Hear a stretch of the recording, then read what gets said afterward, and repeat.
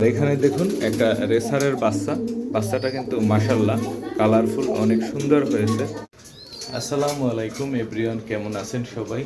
আজকে আমার কবুতরের জন্য নতুন একটা ওষুধ নিয়ে আসছি।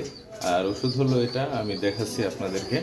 আমার কবুতর অনেকটাই দুর্বল হয়ে গেছে, তাই আমি এই সিরাপটা এনে দিছি। এটার নাম হচ্ছে জিকিট সিরাপ, জিঙ্ক, এক কথায় এটা জিঙ্ক সিরাপ। তো আমি এই জিঙ্ক সিরাপটি আজকে আমি ওদেরকে গুলে দিয়েছি। এই যে পানি দেখতে পাচ্ছেন এখানে, আর এই পানিতে ওষুধ দিয়েছি। তবে আমার কবুতরগুলো একটু বেশি চালাক। ওরা পানিতে যদি আমি কোনো ওষুধ মিলাই, তখন ওই ওষুধটা পানিটা কম খায়। তো তারপরেও আমি দিয়ে রেখেছি। সকালবেলা একবার দিছিলাম, আর এখন বিকালবেলা আর একবার দিলাম। তো ওরা খাবে এখন অবশ্যই। আর সকালবেলা সবটুকু পানি খেয়ে নিয়েছে, এখন আমি আবার দিয়েছি। তবে এটা আমি বেশি দেই না। এই যে দেখুন, এইটা 1 মগ পানি। এই যে মগ, এই মগের এক মগ পানিতে আমি আধা চামচ মিলিয়ে দিয়েছি। আধা চামচের একটু কম হবে, তবে আগামীকাল থেকে আর একটু কম দিব, কারণ ওরা খেতে চাচ্ছে না। ওরা একটু গন্ধ পেলেই আর খায় না। আর এখানে দেখুন একটা রেসারের বাচ্চাটা কিন্তু মাশাল্লাহ কালারফুল অনেক সুন্দর হয়েছে।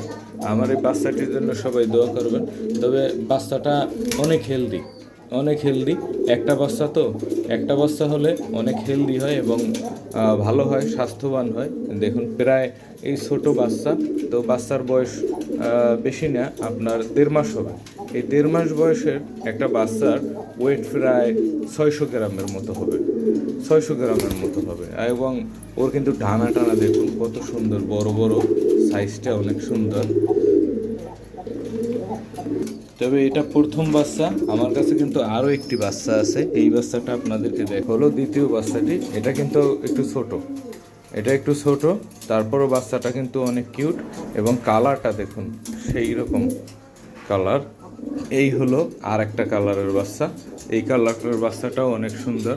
এটা ওর বাবার মতোও হয় নাই, মার মতোও হয় নাই।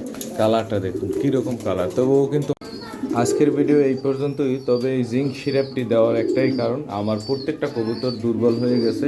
আর সেটা একমাত্রই কারণ, সেটা হচ্ছে মল্টিং।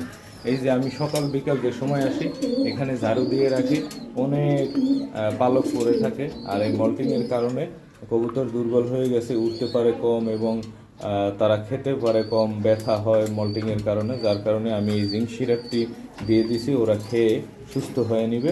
তবে এটা আমি বেশি দিন খাওয়াবো না, গুনে গুনে আমি ওদেরকে 3 থেকে 4 দিন খাওয়াবো।